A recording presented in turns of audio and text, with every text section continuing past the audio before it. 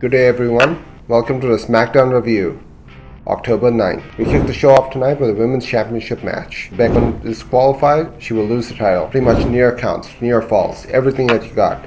But most likely, there was not going to be any championship moving to one person or the other. So eventually the match ended to a no contest, or a double count out. At the end of the match, Charlotte and Becky brawled outside, and then until Charlotte speared Becky through the screens. This was actually a good way to open the show. A real brutal reaction between both sides. No one giving up, no matter what. Kind of setting it up for Evolution. Next up, we have Samoa Joe versus Jeff Hardy. An interesting match because I didn't seem to know what was actually going on in here. So it kind of ended the match kind of going back and forth. Hardy fights up to his feet, drops Joe with a forearm to the face. Joe is unable to stand up on his injured knee. The ref calls the match because Joe can no longer compete. Jeff wins the match, and Joe does not look like a happy camper. Next up, we have an episode of Miz TV starring AJ Styles and Daniel Bryan.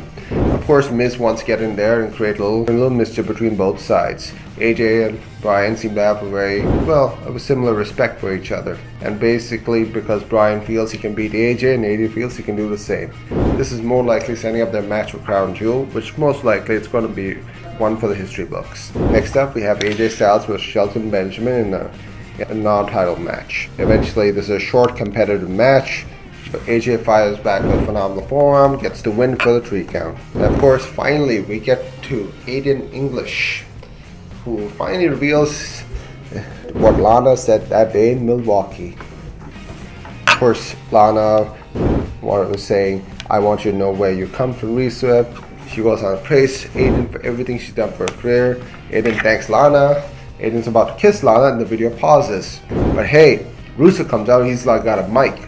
Aiden's like, I'm not going to show you what's in the next video, but he tells Rusev, if you kick Lana out and bring Aiden back in, he's not going to show the video. Rusev's like, show the video. And then Lana said, I will show the video. And of course, eventually, Lana said that she already knew where the video was because she had his password, which ironically was I Heart Rusev. Lana shows the full video, which shows Lana turning down Aiden's advances. And then, of course, Aiden doesn't know what to do at this point. Rusev hits the ring, beats Aiden down. Last match of the night, we have Randy Orton versus Big Show.